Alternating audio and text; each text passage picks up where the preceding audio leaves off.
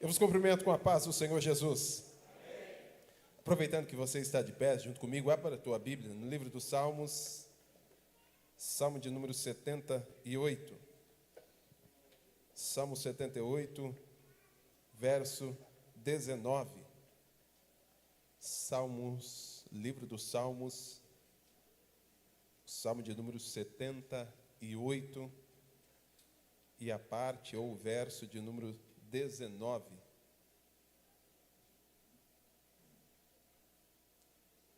Olha só o que diz a palavra do Senhor. Exclamaram contra o Senhor, questionando: será que Deus é capaz de servir-nos uma mesa no deserto?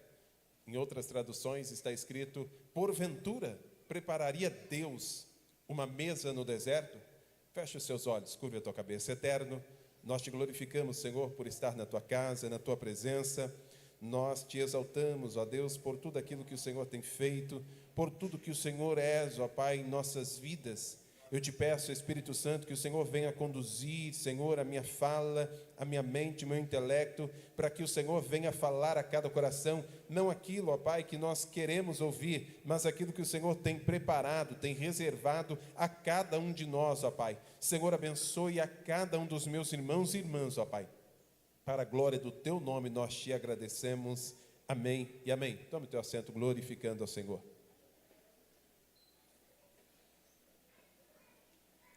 O texto que nós lemos, o salmista, ele fala a respeito de uma indagação.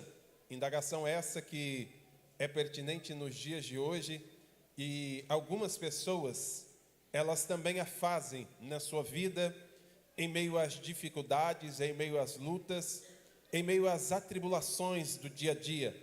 Verdade é que todos nós passamos por provações, todos nós passamos e enfrentamos as nossas dificuldades, e cada pessoa tem a sua batalha pessoal, tem as suas dificuldades, tem as suas dores, tem os seus problemas a resolver, tem os seus enfrentamentos.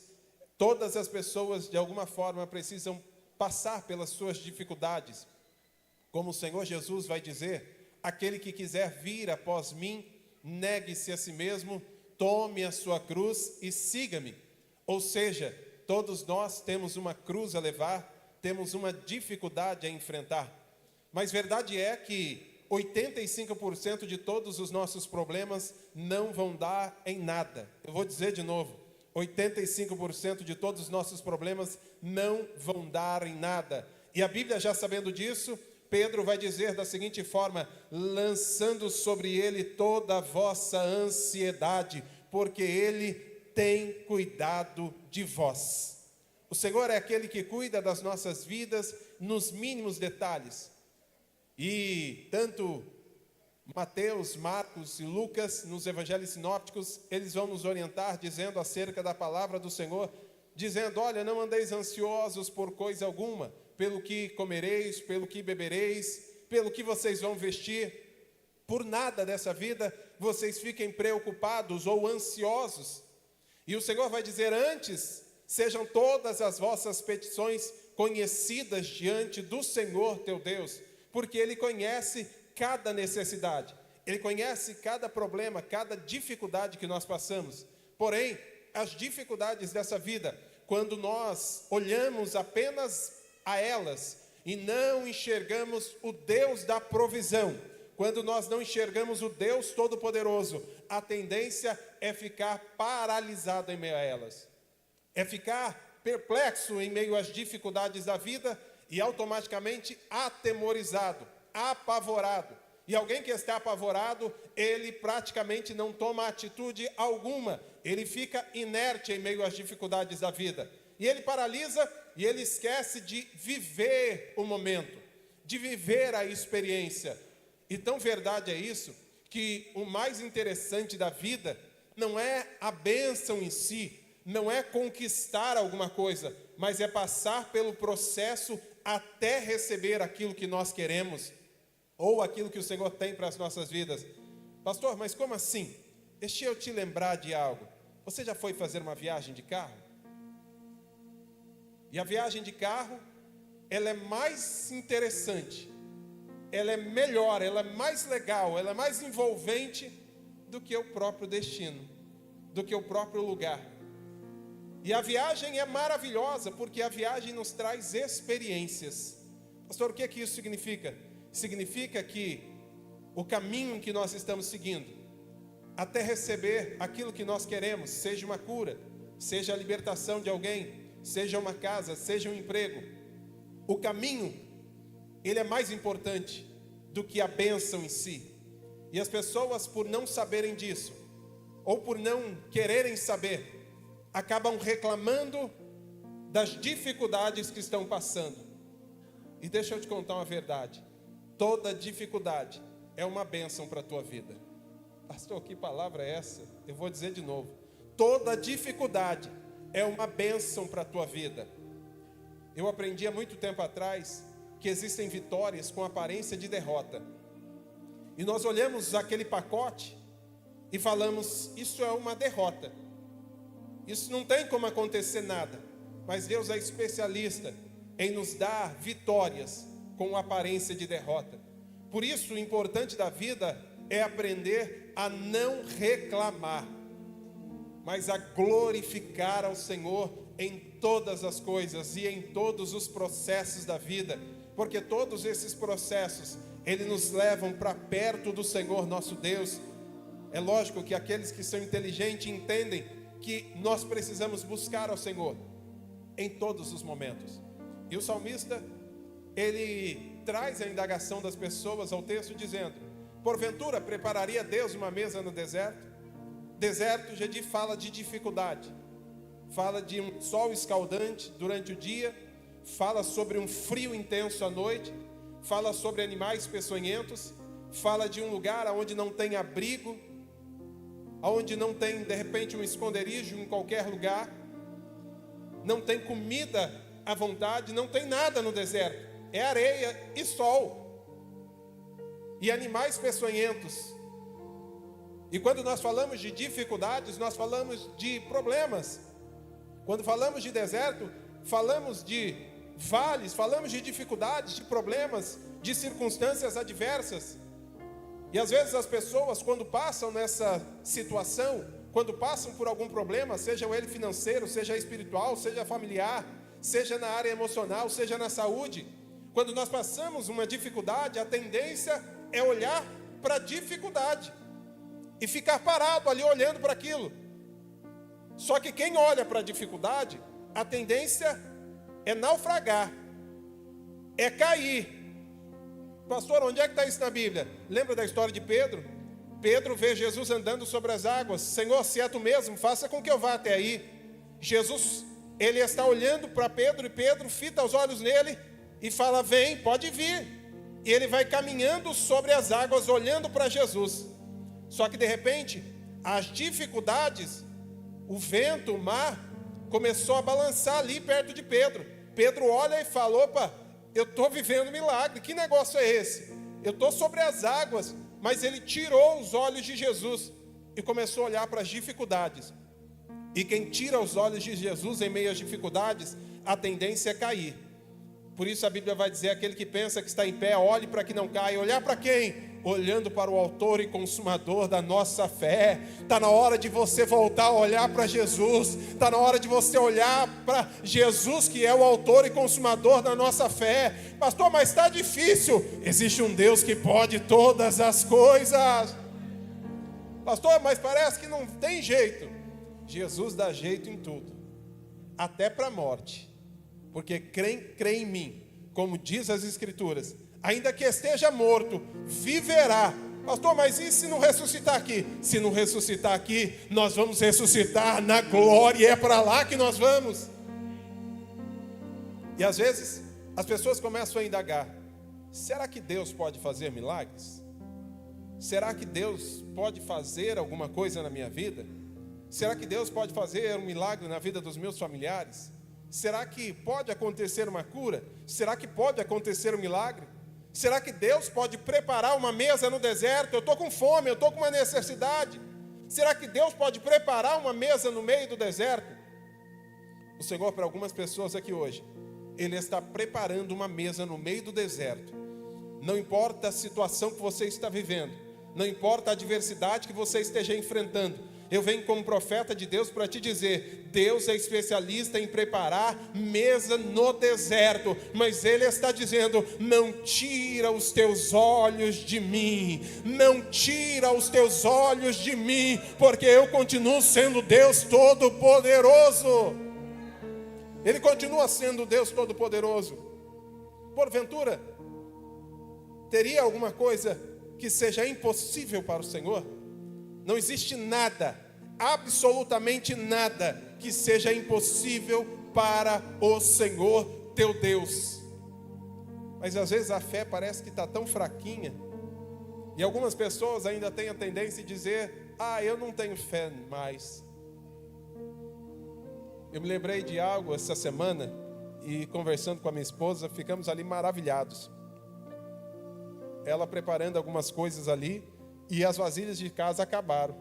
Sabe vasilha para as coisas? Acabou. Tinha acabado, já tinha ali umas 5 vasilhas que ela tinha enchido com algumas coisas, e tinha acabado as vasilhas. E ela chamou a Heloísa e falou: Heloísa, vai na casa dos vizinhos. Vai lá, Lavínia e Heloísa, vai lá, pega as vasilhas, pega emprestado. E começou a pegar as vasilhas emprestadas. E pegou emprestado com um e pegou com o outro, e foi pegando as vasilhas ali no condomínio com as vizinhas que tinha ali. O interessante é que, olha como Deus faz, que acabou o negócio que a gente ia fazer, e aí a hora que foi ver, tinha uma vasilha ainda cheia daquilo que ela tinha colocado ali, dos aperitivos ali. E falou: olha que maravilha, tem um monte aqui ainda. Eu falei: então vamos comer. Ela falou: mas já tem na geladeira, faz o seguinte, vamos distribuir. E aí foi distribuir o negócio. Meu irmão, Deus tem uma bênção sobre a tua vida recalcada, sacudida e transbordante. Ou seja, você vai transbordar na vida das pessoas. E foi para isso que Deus te chamou. E para isso é necessário você voltar a olhar para Jesus. Pastor, mas eu pequei. Pecou, levanta, sacode a poeira e continua marchando. Pastor, eu naufraguei. Não importa o que aconteceu, Jesus continua com as mãos estendidas, dizendo: homem de pequena fé, mulher de pequena fé, por que duvidaste? Mas Jesus sempre tem uma mão estendida para te levantar. E aqui as pessoas começaram a indagar. E o Senhor me deu um tema para hoje, e eu quero compartilhar esse tema com você. O Deus da provisão. Eu vou dizer de novo: o Deus da provisão. Pastor, como é que funciona isso? Aí as pessoas perguntaram: Deus pode preparar uma mesa no deserto? Eu não sei você, mas aqui estão alguns homens, e tem algumas mulheres aí também, que eu sei disso, e alguns homens por aqui, que podem afirmar categoricamente: Deus prepara a mesa no deserto. Deus prepara a mesa no deserto. Deus prepara a mesa no deserto. Pastor, como é que funciona isso? Vamos lá então. Deus é o Deus da provisão. É o Deus que prepara um banquete para o faminto. Eu não sei qual é a tua necessidade. Se ela é física, se ela é emocional, se ela é espiritual. Mas Deus é o Deus que, se você estiver faminto aqui hoje, talvez com pouca fé, o Deus da provisão é o Deus que vai alimentar o faminto. Êxodo capítulo 16. As pessoas estavam no deserto. E nesse deserto, eles começaram a olhar e falaram: e agora? Não tem o que comer, como é que a gente vai fazer? Moisés ora e o Senhor responde dizendo que ia fazer. De repente, começa a cair o maná. E o maná vai caindo, as pessoas ficaram tão maravilhadas com aquilo, que começaram a dizer: que é isso? E aí vem a palavra maná, porque não tem explicação. Existem coisas na nossa vida que não tem explicação. Não é pelo mérito humano, não é porque você é bom, não é porque você fez alguma coisa, mas é porque Deus é o Deus da provisão. E Deus, Ele é especialista em preparar banquete no meio do deserto, em preparar alimento para o faminto. E eles prepararam literalmente aquele banquete, e eles se alimentaram. quantos livramentos, se eu fosse aqui entregar a oportunidade para algumas pessoas, as pessoas iam pensar: nossa, olha o que Deus fez na minha vida. Nossa, eu lembro daquele dia que eu estava precisando disso.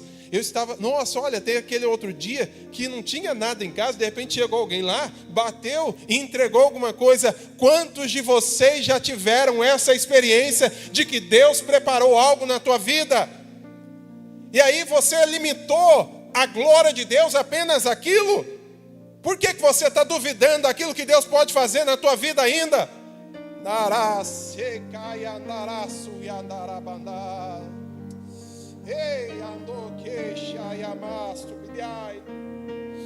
Oh, aleluia!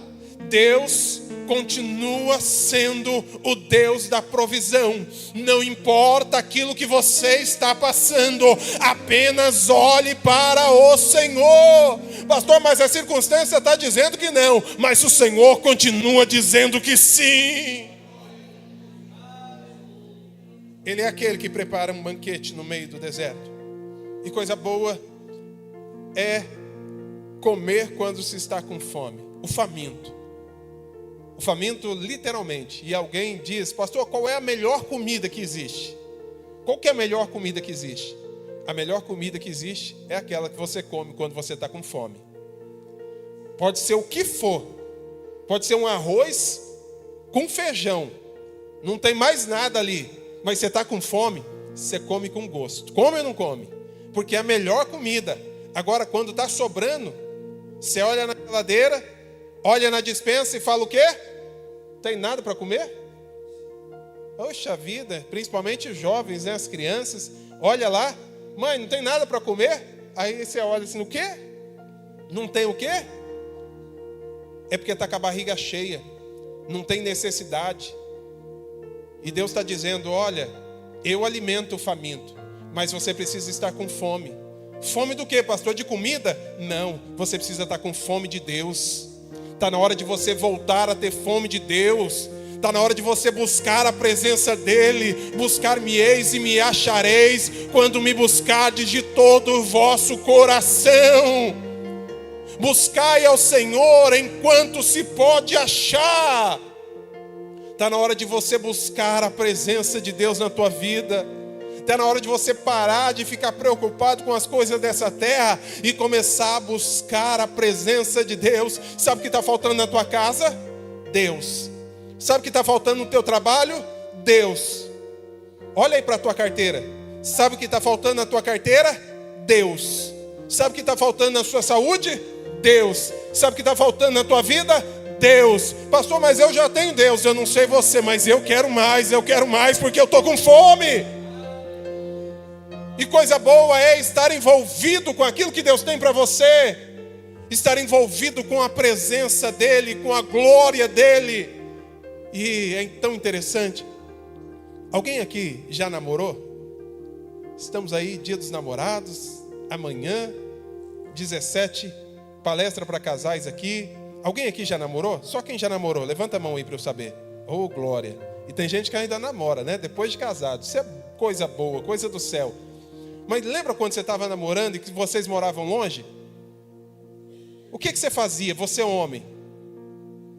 Esperava a mulher voltar do trabalho ou da escola, da faculdade. Estava frio, ficava ali. Estava chovendo com guarda-chuva ali. Não tinha dinheiro para nada, mas juntava ali alguma coisa para poder comer um cachorro quente. Lembra daquele cachorro quente que você comia? Que só tinha ervilha, milho, aquele cachorro quente tradicional lá da sua época. É da sua, não é da minha não.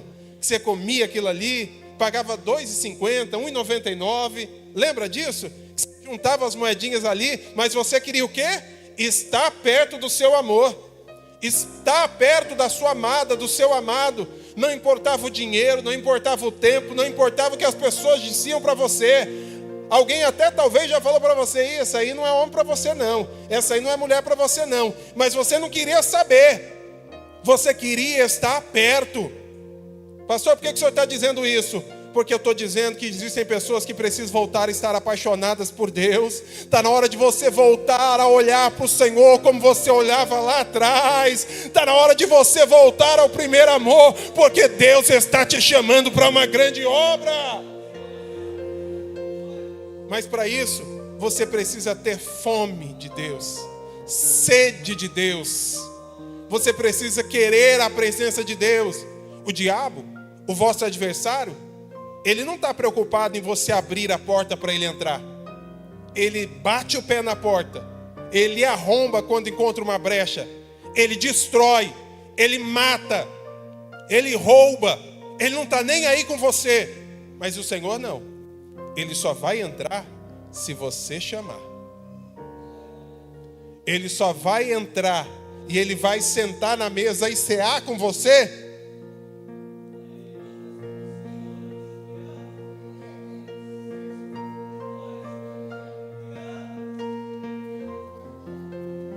Senhor, enche, enche, Senhor, enche, eu quero ser cheio.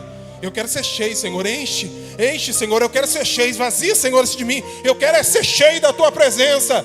Ele é educado, Ele bate, Ele está esperando você abrir a porta. E quando você abrir a porta, Ele vai entrar, Ele vai fazer morada, Ele vai te levar a lugares que você nem imagina. Oh, aleluia. Ele prepara um banquete para o faminto. Segundo ponto que Deus prova, que Deus provê, porque Ele é o Deus da provisão. Gênesis 22, nós acabamos de cantar aqui. Ele prepara o sacrifício para o adorador. Eu vou dizer de novo. Deus prepara o sacrifício para o adorador. E nós precisamos entender o que é adoração. Adorar a Deus não é quando eu tenho, ou só quando eu tenho. Adorar a Deus é independente das circunstâncias, porque eu não adoro porque Ele faz, eu não adoro porque Ele me entrega, eu não adoro porque Ele me deu alguma coisa, eu adoro por quem Ele é, e Ele é o Deus da provisão, Ele é o Deus Todo-Poderoso.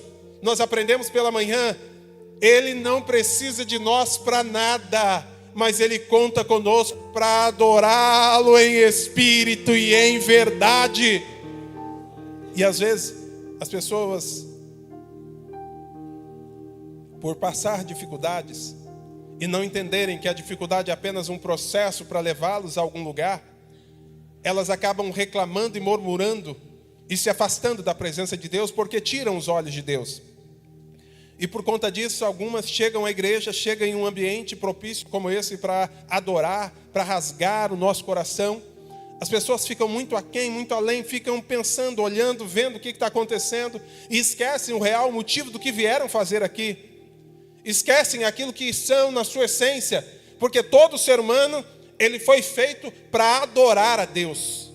É porque o pecado afasta as pessoas de Deus, mas todo ser humano foi feito para adorar a Deus. Não só o ser humano, mas toda a terra e toda a plenitude está cheia de Deus. Os animais adoram a Deus.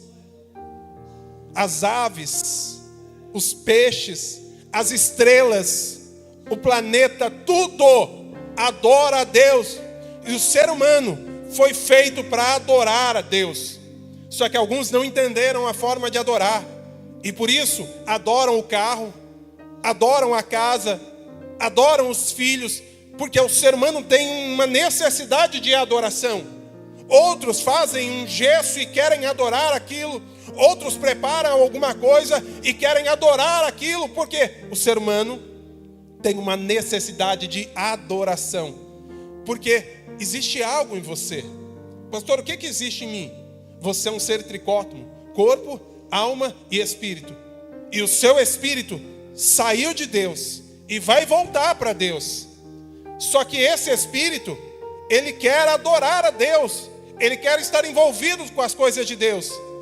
E ele quer toda hora adorar. É por isso que, de repente, nós estamos na nossa casa, triste, abatido, talvez cansados. Mas de repente, nós escutamos um louvor, uma música de adoração que fala de Deus. Daqui a pouco começa a alimentar um negócio diferente, começa a aquecer a alma, o coração começa a esquentar. Você fala, o que está acontecendo? Que negócio é esse? É o seu espírito que está ali balançando. Vamos adorar, vamos adorar, vamos adorar, vamos adorar. Você foi feito para adorar. E aí, existem pessoas que não conseguem mais adorar a Deus. Talvez as dificuldades da vida feriram essa pessoa e ela não entendeu o propósito da dificuldade, da provação. Mas Deus é aquele que prepara até o sacrifício. E aí a pergunta que eu te faço: o que é que você veio sacrificar a Deus aqui hoje? O que é que você trouxe? Cadê aí nas tuas mãos? O que é que você trouxe? Cadê o sacrifício? Pastor, eu não trouxe nada. Fica tranquilo. Deus é o Deus da provisão. E Ele prepara até o sacrifício para você sacrificar. Até isso Ele prepara para você. Gênesis capítulo 22 fala que Abraão recebe uma ordem de sacrificar ali o seu filho. E quando ele vai, ele fica conturbado com aquilo. Mas ele não cogita em dois pensamentos. Ele entrega aquilo que ele tem. Ele entrega o melhor que ele tem. Eu vou dizer de novo. Ele entrega o melhor que ele tem. E não é só o melhor. É o seu único filho legítimo. É aquilo que ele mais amava. É aquilo que ele mais queria. E se Deus hoje te pedisse aquilo que você mais lutou para conquistar? E se Deus hoje falasse para você: está vendo isso aí que você ama? Que você valoriza tanto? Me dá aqui. Me dá porque eu quero isso para mim agora. Qual seria a nossa reação? Abraão não cogitou. Ele simplesmente vai. Ele sobe o monte. E a fé de Abraão é tão grande, mas tão grande, que ele olha e fala o seguinte: olha, até aqui vocês nos acompanharam, porque tinha 2 moços ali acompanhando. Até aqui vocês nos ajudaram. Só que aqui, vocês ficam aqui, porque eu e o moço, nós vamos subir, e nós vamos adorar a Deus, e nós vamos voltar aqui. Olha a fé desse homem. Pastor, o que significa isso? 2 coisas. A primeira: tem coisa que você vai ter que fazer sozinho. Tem coisa que não tem amigo, que não tem mãe, que não tem irmão, que não tem ninguém. É só você e Deus. Enquanto você não entender isso, você não vai para o próximo nível. E Abraão sobe. Alguns estudiosos, eles afirmam que a fé de Abraão era tão grande, mas tão grande, que ele cria que mesmo que ele matasse aqui Isaac, Deus ia pegar as cinzas de Isaac e ia ressuscitar Isaac. Porque a fé de Abraão era tão grande ali. Só que ele sobe. Ele vai sacrificar. E ele vai molar ali aquela criança, aquele menino. Mas quando ele vai fazer com o cutelo, o Senhor dá a ordem: não faça tal. E é a primeira vez que aparece a palavra Jeová Jiré na Bíblia Sagrada. Pastor, o que significa Jeová Jiré? Deus proverá. E aí ele olha e fala: mas Senhor, não faça tal. Eu já vi que você teme a Deus. Eu já vi aonde é que está o seu coração. Às vezes Deus olha para a gente e fala para a gente fazer algo, mas não é para entregar, é para ver a intenção do coração do homem. É para ver se você tem realmente a intenção daquilo. De repente Deus olha e fala: Abraão, olha para o lado. Ele olha, o cordeiro já estava preparado. Pastor, eu não entendi. Deixa eu te falar. O cordeiro já está preparado. É só para você adorar. É só para você adorar. Você não entendeu? O sacrifício já está montado. É só para você adorar. É só adorar, é só adorar. Deixa eu concluir aqui. A terceira e última que eu quero falar aqui. João 3,16. Nós estávamos separados dos céus. O pecado, ele nos afastou de Deus. Isaías 59:2 vai dizer que as nossas iniquidades fazem separação entre vós e o vosso Deus, para que ele não vos ouça. Nós estávamos sem condições alguma de ir morar no céu. Nós não tínhamos um caminho para ir morar no céu. Nós não tínhamos condições. E as pessoas quiseram sacrificar a sua vida, tentando de alguma forma criar doutrinas, aquilo que Deus havia dado, mas ainda impor aí a delas, a vontade delas. Mas nada era o suficiente. E eles tentaram imolar animais, fazer sacrifício de animais, mas não era o suficiente. O homem tentou santificar a sua vida por si só e não era o suficiente. O homem tentou se aproximar de Deus, mas não era o suficiente. O que Deus fez? Deus olhou e falou: eu vou ter que prover o cordeiro para esse sacrifício. E o que Deus preparou? Deus preparou o caminho para o céu. Pastor, como é que eu faço para entender esse caminho? Como é que eu faço para saber esse caminho? João 3,16. Porque Deus amou o mundo de tal maneira que enviou o seu Filho unigênito, para que todo aquele que nele crê não pereça, mas tenha a vida eterna. Tomé olha e fala: Senhor, para onde é que a gente vai? Como que a gente vai saber o caminho? Ô Tomé, você está tanto tempo comigo e você ainda não sabe? Tomé, eu sou o caminho, eu sou a verdade e a vida, Tomé. Ninguém vai ao Pai ou vem ao Pai senão por Jesus. Deus proveu o caminho para a gente chegar ao céu. Eu vou dizer de novo: Deus proveu o caminho para a gente chegar ao céu. Não é pela sua santificação, mas é pela santificação dele através de você que você vai chegar ao céu. Não é pela tua boa aparência, não é pelo teu esforço, mas é por aquilo que ele já fez na cruz do Calvário. Deus proveu Jesus para as nossas vidas. Ele proveu o Cordeiro e ele é o pontífice. Ele é a ponte que nos liga até a Deus. A pergunta que eu te faço: o que é que você está esperando? Um milagre acontecer? Um anjo vir e anunciar outro evangelho? O que é que você está esperando? Deus já te entregou tudo para você fazer o que você tem que fazer. Pastor, eu não tenho fé. Glória a Deus. Como assim glória a Deus, pastor? Glória a Deus porque você veio aqui hoje. Porque hoje é o dia que a fé vai ser acrescentada no teu coração. Porque a fé vem pelo ouvir, e ouvir a palavra de Deus. Pastor, eu não tenho mais condições. Glória a Deus porque você veio. Porque aqui é o lugar do renovo, é o lugar da restauração, aqui é o lugar de quebrantamento, aqui é o lugar da unção de Deus. E a unção, ela despedaça todo o jugo. A unção é quem faz a diferença. E o Senhor está dizendo aqui: eu vou derramar uma unção sobre a tua vida.